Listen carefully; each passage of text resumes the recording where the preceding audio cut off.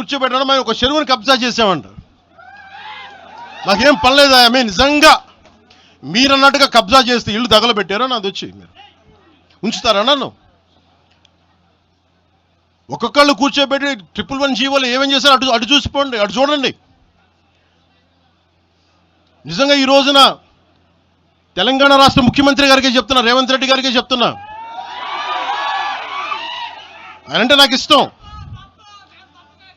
ఆయనంటే గౌరవం నాకు. కానీ వారికే నేను చెప్తా ఉన్నా, తెలంగాణ ప్రభుత్వానికే చెప్తున్నా, పవన్ కళ్యాణ్ గనుక ఆ చెరువుని మీరు ఒక చెరువును ఆక్యుపై చేసుకున్నాడంటే సంతోషంగా చెప్తున్నా, ఈ రోజున తెలంగాణ ప్రభుత్వానికి రాసి ఇచ్చేస్తున్నారు.